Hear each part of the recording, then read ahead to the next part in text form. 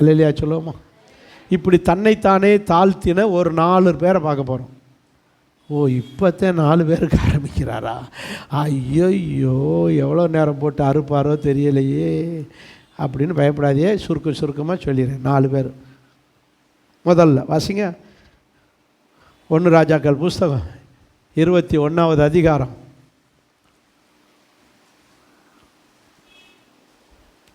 1ஆம் வசனத்தை பாருங்கள். சீக்கிரம், நீங்கள் இன்றைக்கி எடுத்துக்கிற மாட்டிய.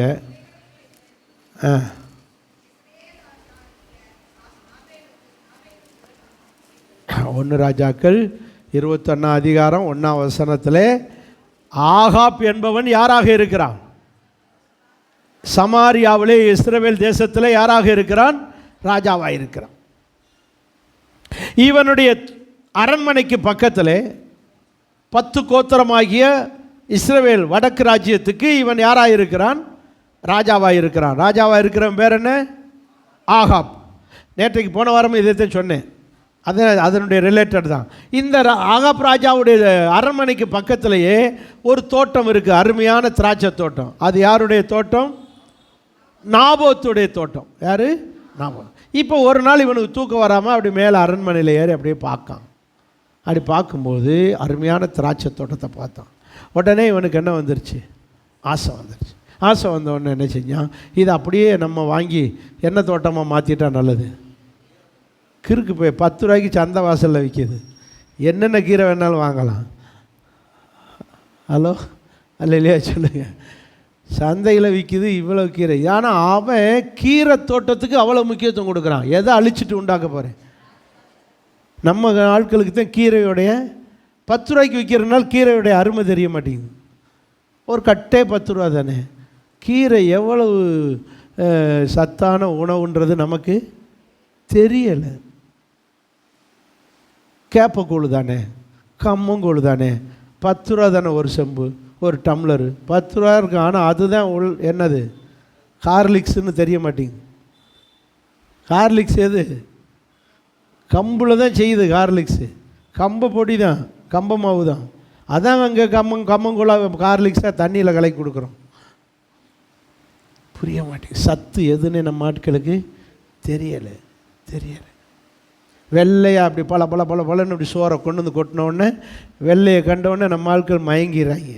கருப்பு எவ்வளோ வேல்யூன்னு கேப்பக்கூழ சொன்னேன், உங்களை சொல்லலை.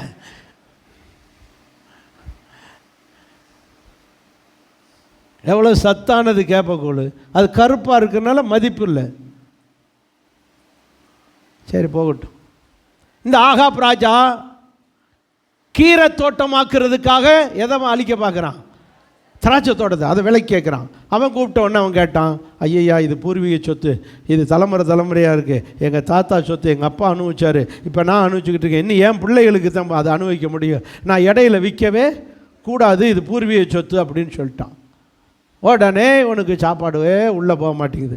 இப்படியே உம்முன்னு ஊஞ்சியை வச்சுக்கிட்டு உட்காந்துக்கிட்டு இருக்கான். சாப்பிடவே இல்லை. கப்பன் சாஸ்டர் மாதிரி இருக்குது.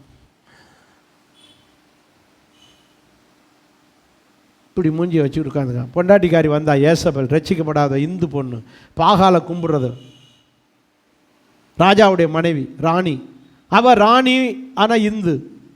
அவள் வந்தான். அத்தான், என்ன இப்படி இருக்கிய மூஞ்சியை வச்சுக்கிட்டு? ஏன், என்ன செஞ்சது உங்களுக்கு? என்ன செய்யுது? காய்ச்சல் அடிக்குதா? ஏன் இப்படி இருக்கிய? என்னை சாப்பிடவே மனசு. ஏன், என்ன என்கிட்ட சொல்லுங்கள், என்ன வேணாலும் நான் செஞ்சு தரேன், என்னன்னு சொல்லுங்கள்.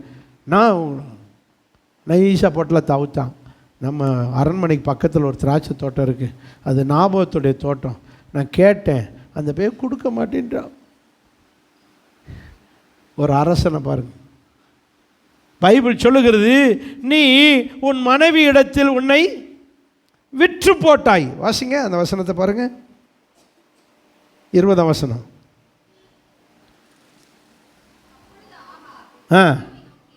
25ஆம் வசனத்தை பாருங்க. 25ஆம் வசனத்தை பாருங்க. தன் மனைவியாகிய ஏசபேலை தூண்டிவிட்டபடியே கர்த்தரின் பொல்லாப்பானதை செய்ய தன்னை ஏசபேலிடத்திலே விற்று போட்ட ஆகாப்பை போல ஒருவனும் இல்லை. பொண்டாட்டிட்ட வித்துட்டாங்க. புரியுதா? பொண்டாட்டிட்ட விட்டுட்டான். அவள் என்ன சொல்கிறாலும் அதைத்தான் செய்கிறான். அவன் என்ன செஞ்சா, ஒன்றும் கவலைப்படாதீங்க, இப்போ சாப்பிடுங்க, 2 நாளைக்குள்ள உங்களுக்கு அந்த தோட்டத்தை உங்கள் கையில் மீட்டு கொடுக்குறேன், பேசாமல் சாப்பிடுங்க. பொல்லாப்பு செய்கிற தன் மனைவியாகிய ஏசபேல் பொல்லாப்பு செய்ய தன்னை ஏசபேல் இடத்துல என்ன செஞ்சு போட்டான், விற்று போட்டான், கொடுத்துட்டான் தானே. அவன் என்ன செஞ்சா, எந்த ஏரியா, நாபோத்து தோட்டம். எந்த ஊருக்காரன் அவன்? ராஜபாளையம் ஆவரம்பட்டி ஏரியா, அது மாதிரி ஒரு ஏரியா. அந்த ஏரியாவா, அந்த ஊர் நாட்டாமையை கூப்பிடு, தலைவரை கூப்பிடு, 2 பேரையும் கூப்பிட்டு, தலைவர் நாட்டாமை என்னென்னமோ கணக்கு பிள்ளை என்னமோ சொல்லுவாங்கள்ல, அவங்களாம் கூப்பிட்டு, அப்பா இந்த மாதிரி நாபோத்துக்கு ஒரு திராட்சை தோட்டம் இருக்குது, நான் கேட்டேன், அந்த போய் கொடுக்க மாட்டேன்றான். அவன் இப்படி ராஜாவை மதிக்க மாட்டேன்றான், கடவுளையும் மதிக்க மாட்டேன்றான், ராஜாவை மதிக்க மாட்டான். இவன் இப்படி செய்கிறது நல்லதா? நீங்களா பாருங்கள். இவனை முதல்ல இவன் பிள்ளைகளையும் நீங்கள் என்ன செய்யணும், காலையில் கொன்றணும்.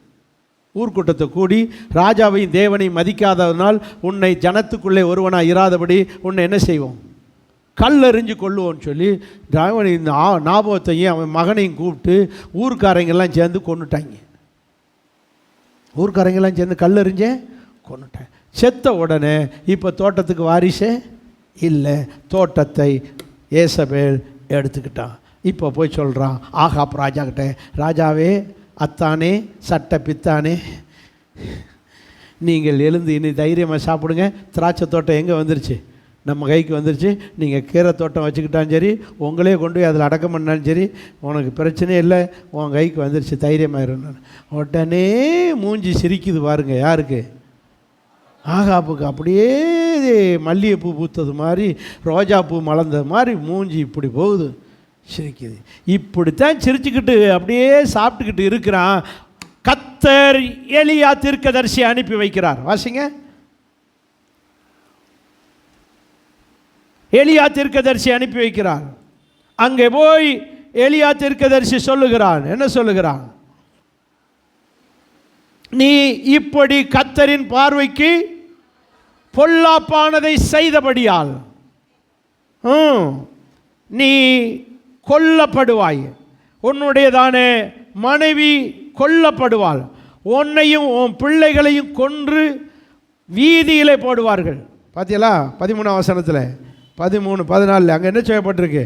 உன்னை கொன்று எங்கே போடுவார்கள்? வீதியிலே போடுவார்கள். உன்னுடைய பிணத்தை 14ஆம் வசனத்தில் உன்னுடைய பிணத்தை காகங்கள் 24ஆம் வசனத்தில் எப்படி சொல்லிருக்கு? 23, 24 ஏசபேலை குறித்து கர்த்தர், நாய்கள் ஏசபேலுடையதான மதில் அருகே தின்னும், ஆகாப்பினுடைய சந்ததியில் நாய்கள் தின்னும், நாய்கள் நக்கும் அந்த இரத்தத்தை, வெளியிலே சாகிறவனை ஆகாயத்து பறவைகள் தின்னும். இப்படி நீயும் உன் குடும்பமும் உன் ஊரும் அழிஞ்சு சாவீர்கள். இப்படி கர்த்தர் தன்னுடைய ஊழியக்காரனை கொண்டு சொல்ல ஆரம்பித்தார். 17ஆம் வசனத்தில் இப்படி சொன்னது யாரு? கர்த்தருடைய ஊழியக்காரனாகிய எலியா. யார்கிட்ட வந்து சொன்ன? 18ஆம் வசனத்தில் ஆகாப்பை போய் சந்தி, ஆகாப்பிடத்தில் போய் சொன்னான். ஆகாப் ராஜா இதை கேட்ட உடனே அவன் செய்தது என்ன? ஆகாப்பை 20ஆம் வசனத்தில் பாருங்க. ஆகாப் எலியாவை பார்த்து, என் பகைஞனே, சத்தமா சொல்லுங்க, எல்லாரும் சேர்ந்து ஒரு அல்லேலூயா. இப்படி நீ அநியாயமா நாபோத்தை கொன்னு அவனுடைய மகனையும் கொன்னு அவனுடைய திராட்சை தோட்டத்தை எடுத்திருக்கிற, ஆகவே நீயும் இதே மாதிரி கொல்லப்படுவாய், உன் பிணத்தை பறவைகள் தின்னும், வீட்டுக்குள்ளே செத்தவனை நாய் தின்னும், ஊருக்குள்ளே செத்தவனை நாய் தின்னும், வெளியில செத்தவனை ஆகாயத்து பறவைகள் தின்னும். இப்படின்னு சொன்ன உடனே ஆகாப் ராஜா எலியா பாஸ்டரை பார்த்து என்ன சொல்கிறான்? தோத்திரம் பாஸ்டர், ஏஜி பாஸ்டர், தோத்திரம் பாஸ்டர் அப்படி சொல்லுவான்னு இவர் எதிர்பார்த்து போகிறார். யார்? எலியா. என்ன சொல்லி கூப்பிட்றான்? என் பகைஞனே. நிறைய விசுவாசிகளுக்கு, நிறைய பேருக்கு சத்தியத்தை சொல்லும்போது யாரா மாறிடுறார் பாஸ்டர்? ஏன்னா பவுலே அப்படித்தானே, நான் சத்தியத்தை சொன்னதுனால உங்களுக்கு சத்துருவானேனோ, இப்படி செய்யாதிய, இப்படி இருக்காதிய, இப்படி பண்ணாதிய, இப்படி பூ வைக்காதிய, இப்படி பொட்டு வைக்காதிய, இப்படி காலு கையில் கோலம் போடாதிய, வாழ்க்கையவே கோலம் ஆகிரும். முதல்ல வாசலில் கோலம் போடுறது, அப்புறம் காலு கையில் கோலம் போடுறது, அப்புறம் உடம்பே கோலம் போடுறது, அப்புறம் கல்யாண ஃபங்க்ஷனில் போனால் இங்கே ஊரை ஒட்டி எடுத்து கை கோலம், வாழ்க்கையே கோலமாகி போச்சு. அதுக்கு பிறகு கல்யாணத்துக்கு பிறகு எப்படி இருக்கிய? அலங்கோலமாக இருக்கேன் மாஸ்டர். இப்படிப்பட்ட வகுப்பு கல்யாணம் இப்படி இருக்குன்னு நினைக்கலையே வாழ்க்கை. ஏன் கோலம் போட்டியலே, உங்கள் கோலம் என்னாச்சு? அலங்கோலமாகி போச்சு. இப்படி சத்தியத்தை சொல்லும்போது அவர்களுக்கு நாங்கள் யாராய் தெரிகிறது? பகைஞனாய் தெரிகிறது. உலகத்தாரை காப்பி அடித்து உலகத்தாரை போல வாழாமல் சத்தியத்திலே நடங்கள். ஆமேன். கஞ்சியை குடித்தாலும் சரி, கூழை குடித்தாலும் சரி, இருக்கிறத சாப்பிட்டு சத்தியத்தில் நடங்கள். உங்களுக்கு ஒரு கேடு வராது. அல்லையா சொல்லுவோமா? இப்போ ஆகாப் ராஜா அப்படி பாஸ்டரை பார்த்தோன்னே, எலியாவை பார்த்தோன்னே, என் பகைஞனே எப்படி சொல்கிறான்? என்னை கண்டுபிடித்தாயோ? நான் நாபோத்தை கொன்னதெல்லாம் கண்டுபிடித்தாயோ? கர்த்தரின் பார்வைக்கு நீ பொல்லாப்பானதை செய்ய, நீ செய்யாட்டாலும் உன் மனைவியை வச்சு செய்கிறதுக்கு என்ன செஞ்ச? உன்னை உன் மனைவி இடத்தில் விற்று போட்டாய். நான் ஒன்றும் செய்யலை, எனக்கும் அவன் சாவுக்கு எனக்கும் சம்பந்தமே இல்லை. யார் நடிக்கிறான் சொல்லுங்க? இப்படித்தான் நிறைய பேர்.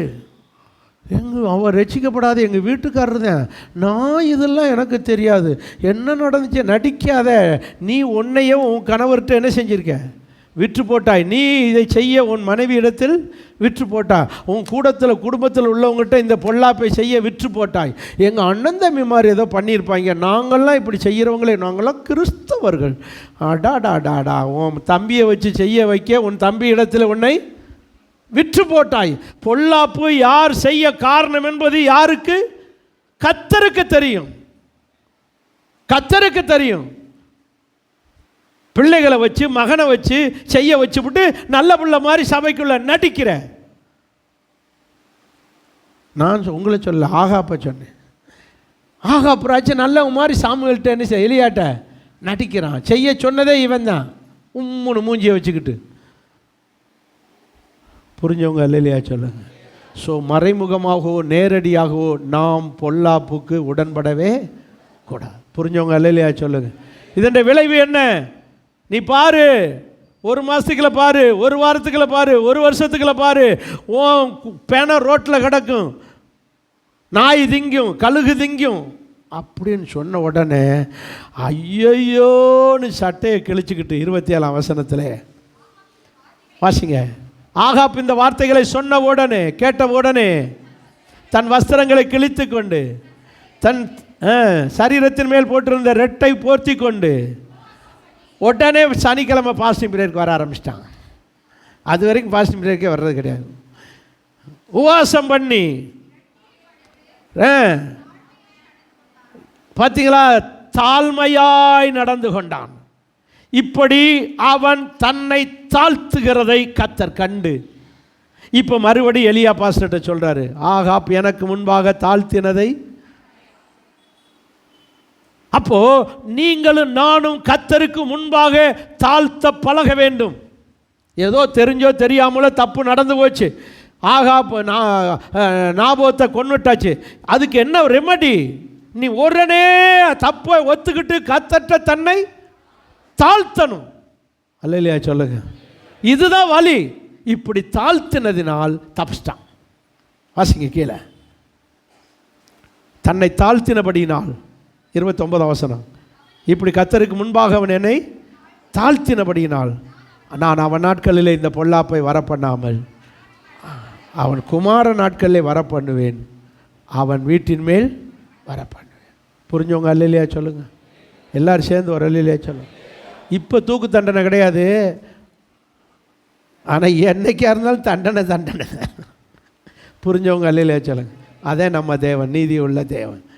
என்ன டேட்டா தள்ளி போட்டிருக்காரு, அதாவது கிடைச்சது. எதனால? இவனுக்கு நல்ல மரணம். யாருக்கு? தாழ்த்தினதுனால் ஆகாப்புக்கு நல்ல மரணம். ஆகவும் தாழ்த்தாததுனால் ஏசபேலுக்கும் அதே மாதிரி ரோட்டில் தான் கிடந்து செத்தா, அவன் மகன்களும் ரோட்டில் தான் கிடந்து செத்தான். தாழ்த்தினவர்கள் தப்பினார்கள், நல்ல மரணத்தோடு செஞ்சாங்க, நல்லபடியாக வாழ்ந்து நல்லபடியாக மறிச்சாங்க. அப்போ தாழ்த்துகிறவர்கள் தப்பிப்பார்கள். புரிஞ்சவங்க அல்லையா சொல்லுங்கள். நம்ம தாழ்த்துறோமா? தாழ்த்துனா உயர்த்துவார், தாழ்த்தாட்டா இருங்க. சொல்ல வேண்டியது என் கடமை. அல்லையா சொல்லுவோமா? ரெண்டாவது, ஐயோ ரெண்டாவதுக்கு இப்போ தான் போகிறோமா? சீக்கிரம் எடுங்க. 2 ராஜாக்கள் 22 அதிகாரம். 2 ராஜாக்கள் 22 அதிகாரம். யோசியா என்கிற ராஜா, யோசியா என்கிற ஒரு ராஜா. 10ஆம் வசனத்தை பாருங்கள். நீங்கள் இவ்வளோ ஸ்லோவாக இருந்தால் இன்னும் ஒரு மணி நேரம் எடுப்பேன். 1ஆம் வசனத்தை வாசித்துட்டு வாசிங்க பிற. 22 அதிகாரம் 1ஆம் வசனம். யோசியா என்பவன் ஒரு ராஜா. அவன் ராஜாவாகிற போது 8 வயசில் ராஜாவானா. அவனு ஒரு 38 வருஷம் யாராக இருந்தான்? ராஜாவாக இருந்தான். சத்தமாக ஒரு அல்லையா சொல்லுங்கள். யோசியா ராஜா. சரி, இவன் நாட்களிலே இவன் பைபிளையே பார்க்கல, பைபிளையே கையில் எடுக்கிற கிடையாது. இதனால் என்ன அர்த்தம்? இவனுக்கு கேள்வி வழியாக, காது வழியாக கேட்ட சத்தியத்தை வச்சு ஆரம்ப நாட்களில் கரெக்டாக இருந்தான். 2ஆம் வசனத்தில் அவன் கர்த்தரின் பார்வைக்கு செம்மையானதை செய்து தாவீதை போல தன் வழிகளில் எல்லாம் வலதுபுறம் இடதுபுறம் சாயாமல் கரெக்டாக ஆட்சியை கொண்டு போய்கிட்டே இருந்தான். ஆனால் பின் நாட்களில் பைபிள் நாலேஜ் இல்லாததினால் அவன் தாறுமாறாய் மனம் போன போக்கிலே வாழ ஆரம்பித்தான். கர்த்தருடைய வேதத்தின்படி தன் வாழ்க்கை இல்லை, ஆட்சியும் செய்யவில்லை. நடந்தது என்ன? அவனுடைய நாட்களிலே பொல்லாப்பானது தேசத்துக்குள்ளே வர ஆரம்பிச்சு. அங்கே விக்கிரக ஆராதனை வந்தது. 17 வசனத்தில் பாருங்க, அவர் சொல்றாரு, ஆண்டவர் 17 வசனத்தில், என்னை தள்ளிவிட்டு என்னை விட்டு தங்கள் கிரியைகளில் எல்லாவற்றிலும் எனக்கு கோபமூட்டும் உண்டாக வேற தேவர்களுக்கு தூபம் காட்டினார்கள். சத்தமாக அல்லேலூயா சொல்லுங்க. இப்போ நல்லா இருந்த ராஜா 2ஆம் வசனத்தில் பார்த்தா கரெக்டாக தாவீதை போல ஆட்சி பண்ணி நல்ல கர்த்தருக்கு ஆராதிச்சுக்கிட்டு இருந்த ஒரு நல்ல ராஜா தான். யாரு சொல்லுங்க? யோசியா. நீங்களே ரொம்ப யோசிக்கிறீங்க. என்ன ராஜா? யோசிக்கிற ராஜா யோசியா ராஜா. இவன் கரெக்டாக இருந்த ஆரம்பத்தில். ஆனால் நல்லா கவனிக்க வேண்டிய சத்தியம், பைபிளை கையில் எடுத்து சத்தியத்தில் நடக்காததினால் கொஞ்சம் கொஞ்சமாக இவன் சாஞ்சி அந்நிய தெய்வத்துக்கு தூவங்காட்டுகிற வேலையை ஆரம்பித்தான். அப்படின்னா விக்கிரகத்தை நம்ப ஆரம்பித்தான், விக்கிரகத்துக்கு பின்னாடி போக ஆரம்பித்தான். இன்றைக்கி நிறைய விசுவாசிகள் உங்களுக்கு சொல்லுகிறேன், ஸ்ட்ரிக்டாக சொல்கிறேன், புரியுதோ புரியலையோ பைபிளை எடுத்து என்ன செய்யுங்க, வாசிங்க. பிரசங்கம் புரியுதோ புரியலையோ ஒழுங்காக சர்ச்சுக்கு போய் பிரசங்கத்தை கேளுங்க. ஒரு நேரம் இல்லாட்டால் ஒரு வார்த்தை உங்களை என்ன செய்யும், தொடும். ஆகவே தேவ வசனம் இல்லாத இடத்துல ஜனங்கள் சீர்கெட்டு போவார்கள். அப்படி கெட்டு போனவன் தான் யார்? இந்த யோசியா ராஜா. கெட்டு போனான், அந்நிய தெய்வத்தை நம்பினான், அதுக்கு தூவங்காட்ட ஆரம்பித்தான். விளைவு என்ன ஆனது? அங்கே சொல்லப்பட்டிருக்கு 17ஆம் வசனத்தில், இந்த ஸ்தலத்தில் என் உக்கிரம் கோபம் வெளிப்பட்டு பற்றி எரிய போகிறது, இவர்கள் எல்லோரையும் புறஜாதி ராஜாக்கள் வந்து சீரழிக்க போகிறார்கள் என்று சாப வார்த்தைகளை சொன்னபோது 19ஆம் வசனத்தில் பாருங்கள், நான் இந்த ஸ்தலத்துக்கும் இதன் குடிகளுக்கு விரோதமாக பாலும் சாபமும் ஆவார்கள் என்று சொன்னதை கேட்டபோது, சத்தமாக அல்லேலூயா சொல்லுங்க, அந்நிய தேவனை நாடி பின்பற்றுகிறவர்களுக்கு என்ன பெருகும்? ஆசீர்வாதம் பெருகும், வேதனை பெருகும். நீ கிறிஸ்தவனாயிருந்து கிறிஸ்துவுக்கு துரோகம் பண்ணி ஞாயிற்றுக்கிழமை சர்ச்சுக்கு வராமல் வேலைக்கு போகிறேன், கடையை திறக்க போகிறேன், மற்றவங்கெல்லாம் கடையை திறக்கிறாங்க, நான் அங்கே போகிறேன் இங்கே போகிறேன் ஊருக்கு போகிறேன், நாங்கள் வளகாப்பு வச்சுருக்காங்க, நான் சொல்ல புரியுதா? சடங்கு வச்சுருக்காங்க, இதெல்லாம் சடங்கு சுற்றுறாங்க, வளைகாப்பு ஒன்னே சுற்றுறான், ரவுண்டை பண்ணுறான், சாத்தான் ஒழுங்காக சர்ச்சுக்கு போக விடாம ஆக்குறான். இதெல்லாம் எதை காட்டுகிறது? சாபம். வாசிங்க அந்த வசனத்தில் எப்படி சொல்லியிருக்குது? பாலும் ஆவீர்கள். பாலும்னா என்னது? பாலா போவிய, அழிவு, அழிஞ்சு போவீர்கள். சாபம். கர்த்தரை விட்டு விலகுகிறவன் சபிக்கப்பட்டவன். சொல்லுங்க, கர்த்தரை விட்டு விலகுகிறவன். நான் இயேசுவை தானே கும்பிட்றேன். இயேசுவை கும்பிட்றியே, ஞாயிற்றுக்கிழமை போய் சர்ச்சில் கும்பிடு, முறையாக கும்பிடு. அப்போ நீ சர்ச்சுக்கு போகாமல் இருந்தால் கர்த்தரை விட்டு விலகுகிறாய். பைபிளை எடுத்து வாசிக்காவிட்டால் கர்த்தரை விட்டு விலகுகிறாய். தினமும் ஜெபம் பண்ணாவிட்டால் கர்த்தரை விட்டு விலகுகிறாய். அப்போ ஜெபிக்காதவன், பைபிள் வாசிக்காதவன், சர்ச்சுக்கு போகாதவன், காணிக்கை கொடுக்காதவன், தசமாக கொடுக்காதவன்லாம் கர்த்தரை விட்டு விலகுகிறார்கள். கர்த்தரை விட்டு விலகுகிறவன் சபிக்கப்பட்டவன். பைபிள் சொல்லுது கர்த்தரை விட்டு விலகுகிறவன் சபிக்கப்பட்டான். இதைத்தான் அவர் சொல்கிறார் தீர்க்கதரிசி. நீ கர்த்தரை விட்டு விலகினபடினா பாலா போவ, நம்ம ஊர் பாசையில் பேதியில் போவ, கொள்ளையில் போவ, வேற என்ன மண்ணா போவ, ஒன்றும் இல்லாமல் போவ. இதான் என்னது? பாலா போவ, சாபம். இந்த வார்த்தைகளை, இந்த சாப வார்த்தைகளை கேட்ட உடனே அந்த ராஜாவாகிய யோசியா செய்தது என்ன? 19ஆம் வசனத்தில் இந்த வார்த்தைகளை கேட்டபோது தன் இருதயம் இலகி கர்த்தருக்கு முன்பாக தன்னை தாழ்த்தி தன் வஸ்திரங்களை கிழித்து கொண்டு ஆண்டவரே ஆண்டவரே என்று சொல்லுங்க. நீங்க அழுக மாட்டீங்க, ஏன்னா உங்களுக்கு திட மனசு, கல்லு மனசு. அவன் அழுகிறான். ஒரு ராஜாவா இருந்தும் தன் வஸ்திரத்தை கிழித்து, ஐயோ பாலா போவனே, ஐயோ எனக்கு சாபம் வருமே, என் பிள்ளைகள் எல்லாம், என் தேசம் பாலா போகுமே என்று அந்த சாப வார்த்தைகளை கேட்ட உடனே அவன் என்ன செய்தான்? அழுதாங்க. சின்ன பிள்ளை மாதிரி கண்ணீர் வடிச்சு. நான் சொல்ல வசனம் சொல்லுது, அவன் எனக்கு முன்பாக என்ன செய்தான்? அழுதபடியினால் அவனை பார்த்து சொல்றாரு, உன் விண்ணப்பத்தை கேட்டேன், நீ சமாதானத்தோடு நீ மரிப்பாய், உனக்கு ஒரு குறையும், சாகு வரைக்கும் உனக்கு ஒரு குறையும் வராது. 20ஆம் வசனத்தில் நீ சமாதானத்தோடு என்ன செய்வாய்?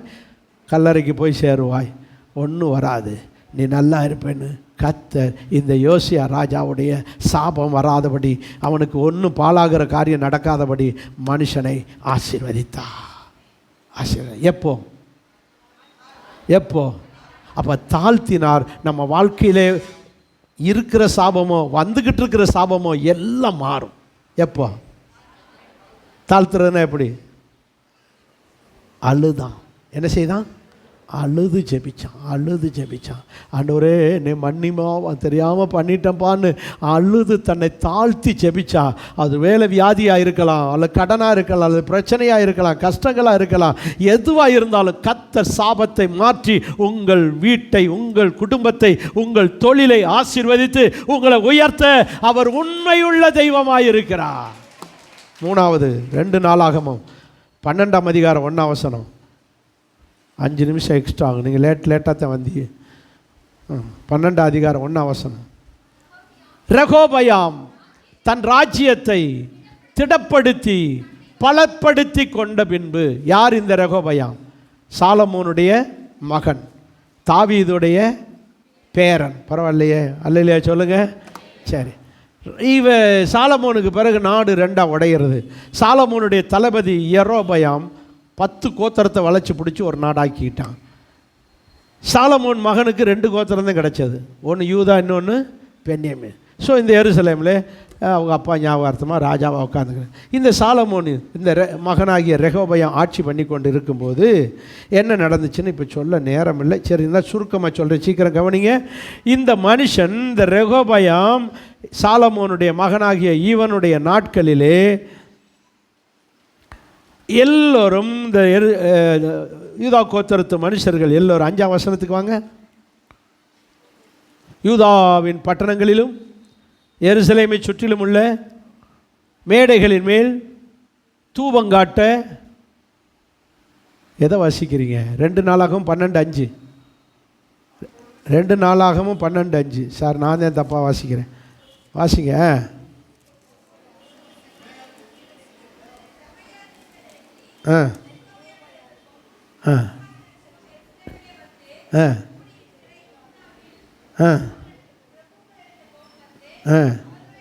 அவர்களை நோக்கி, நீங்கள் என்னை விட்டு விட்டீர்கள், ஆகையால்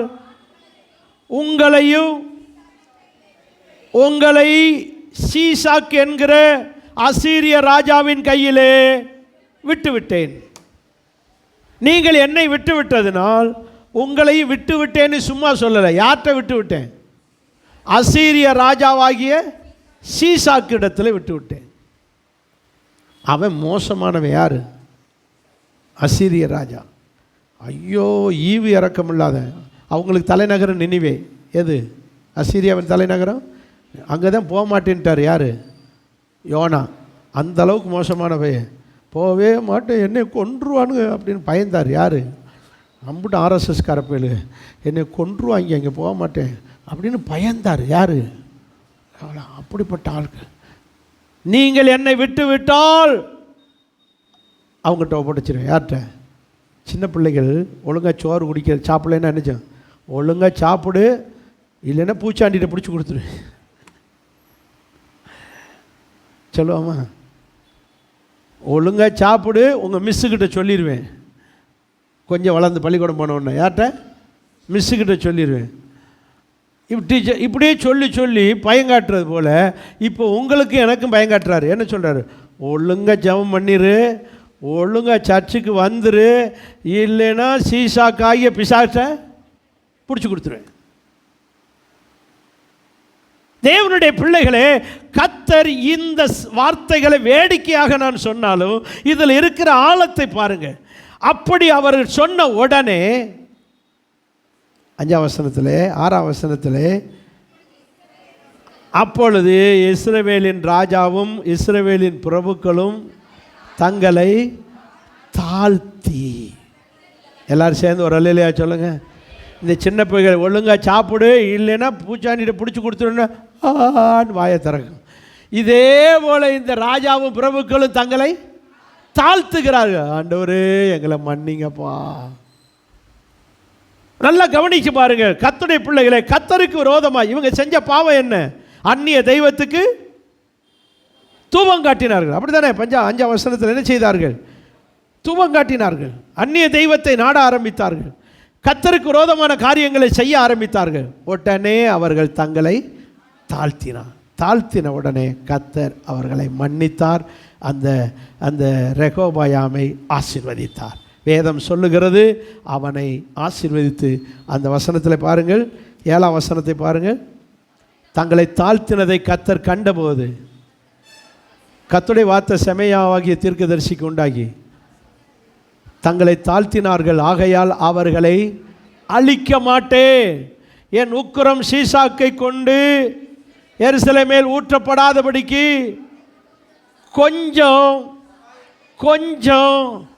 கொஞ்சமாய் சகாயத்தை கொடுப்பேன். நீ எவ்வளவுக்கு எவ்வளவு தாழ்த்துறாயோ அவ்வளவுக்கு எவ்வளவு உனக்கு கொஞ்சம் கொஞ்சமாக என்ன கிடைக்கும்? சகாயம்னு என்னது? உதவி, ஹெல்ப். இங்கிலீஷில் பாருங்கள் எப்படி இருக்கும்? ஹெல்ப். சகாயம்னு என்னது? உதவி, ஹெல்ப். கொஞ்சம் கொஞ்சமாக கடவுள் உதவி செஞ்சு உங்களை ஏன் கொஞ்சம் கொஞ்சம் செய்கிறாரு? நீ தாழ்த்துறது அவ்வளோதான். கொஞ்சம் தானே தாழ்த்திருக்க, ஒரு நிமிஷம் தானே முழங்காலில் நிற்கிற. நீ ஜெபத்தில் நல்ல முழங்காலில் நில்லு, தாழ்த்து. தோத்திரம் 2 தோத்திரம் தானே சொல்லியிருக்க, 5 நிமிஷமாக தோத்திரம் சொல்லு. அப்போ நீ எவ்வளவுக்கு எவ்வளவு சொல்லுங்க தாழ்த்துகிறாயோ அவ்வளவுக்கு அவ்வளவு உனக்கு உயர்வு வரும். அல்லேலூயா சொல்லுவோமா? ஸோ இப்படி தாழ்த்தின 3வது ராஜா ரெகோபயாம். 4வது 2 நாளாகமம் 33 அதிகாரம் 10ஆம் வசனம். கடைசி வரைக்கும் விட மாட்டார். எல்லாத்தையும் சொல்லிட்டு தான் போகணும். என்ன சட்டமாக முடிப்பாரா அப்படின்னு நீங்கள் சொல்கிறது என் காதுக்கு கேட்குது. என்ன செய்ய விட மாட்டல. கடைசி உருண்டையும் உருட்டி விட்டுருவோம். தின்னாலும் சரி, அங்கிட்டு போகையில் வாந்தி பண்ணிட்டு போனாலும் சரி. சோற சொன்னேன். 33 அதிகாரம் 10ஆம் வசனம். மனத்தோடு. மனாசே என்பது ராஜா. 1ஆம் வசனத்தில் பாருங்கள், மனாசே ராஜாவாக. இதுவும் ராஜா. 3 ராஜா பார்த்தா இது 4வது ராஜா. மனாசே என்பவன் யார்? ராஜா. இவன் ராஜாவாகி ஒழுங்காத்தான் ஆட்சி பண்ணிக்கிட்டே இருந்தான். இப்படி இருக்கும்போதே திமிரு வந்துருச்சு, பெருமை வந்துருச்சு. யாருக்கு? இந்த ராஜாவுக்கு பெருமை வந்து கர்த்தரையும் மதிக்கிறதில்ல, ஆலயத்தை மதிக்கிறதில்ல, தன் மனம் போன போக்கிலே இவன் நடந்து கொண்டான். வேதம் சொல்லுகிறது 15ஆம் வசனத்திலே, கர்த்தருடைய ஆலயத்திலிருந்து அந்நிய தேவர்களையும் விக்கிரகத்தையும் கொண்டு வந்து அந்த ஆலயத்துக்குள்ளே புகுத்தினான். பாருங்க, சர்ச்சுக்குள்ளேயே எதை பலி செலுத்தினான்? 3ஆம் வசனத்தில் அங்கே பாருங்க, 3ஆம் வசனத்தில் பொல்லாப்பானதை, 2ஆம் வசனத்தை அருவருப்பானதை சர்ச்சுக்குள்ளே கொண்டு வந்தான், பொல்லாப்பானதை சர்ச்சுக்குள்ளே கொண்டு வந்தான், வானத்தின் சேனையாகிய பிசாசுகளை கும்பிட ஆரம்பித்தான். இன்றைக்கி நிறைய கிறிஸ்தவர்கள் மறைமுகமாக விவரம் தெரியாமல் பிசாசை கும்பிடுறாங்க. அது ஒரு பிசாசுனே அவங்களுக்கே தெரியலை. உதாரணமாக பாருங்கள், கையில் என்ன கட்டியிருக்காங்க கிறிஸ்தவன்? கயிறு கட்டுறான். கழுத்தில் பாசி போட்டிருக்கான், கயிறு கட்டுறான். இந்த பாசி, இந்த கயிறு, இதுகெல்லாம் யார்? பிசாசினுடைய அடையாளங்கள், பிசாசுக்களுக்குரியது. இது என்ன? ராசி கயிறு. உனக்கு என்ன ராசி தேவைப்படும்? இயேசு இருந்தால் நீ யார்? ராசி. அவர் இல்லைன்னா நீ உன்னை யோசி, உன் ராசி போச்சு. அவர் இருந்தாலே நீ, உனக்கு ராசி வந்துருச்சு, உனக்கு ராசி ஆயிடுச்சே, உனக்கு ராசி வந்துருச்சு. எனக்கு நட்சத்திரம், ராகு காலம், ராகு காலம், அந்த காலம், எல்லா காலம் மாறி உனக்கு நல்ல காலம். யார் கூட இருந்தா? இயேசு இருந்தா. அவர் இல்லைன்னா எல்லா கெட்ட காலமும் வரும். இதை புரிஞ்சுக்காங்க. ஆண்டவருடைய பிள்ளைகள் மறைமுகமாக பிசாசுக்கு இடம் கொடுக்குறாங்க, பிசாசுக்கு இடம் கொடுக்குறாங்க. அது இப்போது இந்த காலில் மயிரை கயிறாக தெரிச்சு கட்டிக்கிட்டு தெரியுது, ஒரு விசுவாசி கட்டி இருக்குது. இதெல்லாம் நம்ம செய்யவே கூடாது. தலையில் தான் இம்பிட்டு முடிய தந்திருக்காரு, தேவையினத்தை அங்கேயும் கொஞ்சம் தந்திருப்பார். கயிறை கட்டிக்கிட்டு, முடியை கட்டிக்கிட்டு, வண்டியில் கட்டியிருக்காங்க, பைக்கில். ஒரு விசுவாசி என்னது? வண்டியில் மயிரை கட்டியிருக்காங்க. கோபமாக வருது. விசுவாசிகள் வண்டிகளில் பட்ட சிம்பல்கள், அது இதெல்லாம் மறைமுகமாக பிசாசை நீங்கள் வணங்குகிறீர்கள், நம்புகிறீர்கள், ஏற்றுக்கொண்டீர்கள். இதுவெல்லாம் அழிவுக்கு அறிகுறி. மனாசைக்கு எப்படி வந்தது பாருங்கள் அழிவு. வாசிங்க அந்த வசனத்திலேயே 11ஆம் வசனத்தை பாருங்கள். ஆகையால் கர்த்தர் அசீரிய ராஜாவின் சேனாதிபதிகளை அவர்கள் மேல் வரப்பண்ணினார், மனாசியை முட்செடியில் போய் பிடித்தார்கள். நேரமாக இருந்தாலும் சுருக்கமாக சொல்கிறேன். எங்கே பிடிக்கிறாங்க? முட்செடியில் போய் பிடிக்கிறாங்க. ஓடி முட்செடிகளை ஒளியிற நிலைமை ஆயிடுச்சு. இப்படி விக்கிரகத்துக்கு முக்கியத்துவம் கொடுத்தால் நீ ஓடி ஒளியிற, எங்கே ஒளிஞ்சா இருந்தால் பிசாசு விட மாட்டான். முட்செடிகளை பிடித்து 2 வெண்கல சங்கிலிகளினாலே அவனை கையிலே கட்டி பாபிலோனுக்கு பரபரன்னு இழுத்துட்டு போனான். பரபரன்லாம் எழுதலை பாஸ்டர், சேர்த்துக்காங்க கொஞ்சம். அப்புறம் ராணி மாதிரி, அவங்க ராஜா மாதிரி இழுத்துட்டு போவாங்க. கைதியை கூட்டிகிட்டு போனால் அப்படித்தான். என்ன செய்கிறாங்க? கையிலே சங்கிலியினாலே கட்டி இழுத்துக்கிட்டு போகிறாங்க. ஒரு ராஜாவுடைய நிலைமை பற்றியெல்லாம். கர்த்தருக்கு கொடுக்க வேண்டிய மரியாதை கொடுக்காவிட்டால் இப்படித்தான் ஊர் உலகத்துக்கு முன்னாடி அசிங்கப்பட்டு அவமானப்பட்டு நிற்கிறேன்னு இழுத்துட்டு போகிறான். ஊரில் உள்ளவங்களாம் வேடிக்கை பார்க்குறாங்க. ராஜாவே வாழ்க, சொல்லாதிய, நானே கைதியாக போய்கிட்டு இருக்கேன். அப்படியே இழுத்துக்கிட்டு போகிறாங்க. அவனுக்கே என்ன வந்துருச்சு? வெக்க வந்து தலையை குனிஞ்சிக்கிறான். அப்படியே குனிஞ்சிக்கிட்டே என்ன செய்தான் தெரியுமா? வாசிங்க அடுத்த வசனத்தில். இப்படி அவன் நெருக்கப்படுகையில் குனிஞ்சிக்கிட்டே துணியை மூடிக்கிட்டே ஜெபம் பண்ண ஆரம்பிக்கிறான். கர்த்தரை நோக்கி கெஞ்சி, 12ஆம் வசனத்தில் எப்படி சொல்லியிருக்கு? கர்த்தரை நோக்கி கெஞ்சி, ஏசப்பா ஏசப்பான்னு கெஞ்சி தன் பிதாக்களின் தேவனுக்கு முன்பாக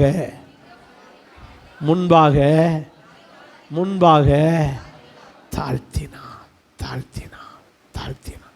இப்படி அவன் கெஞ்சி தன்னை தாழ்த்துகிறதை பார்த்த கர்த்தர் அவன் பாபிலோன் போகிறதுக்குள்ளாக அவன் கெஞ்சுதலுக்கு இறங்கி பாதியிலே அவனுக்கு விடுதலை உண்டாக்கி கொடுத்து அதே ராஜா திரும்பி அனுப்பி வச்சு அவனை போய் எருசலேமிலே ராஜ்யபாரம் பண்ண வச்சார்.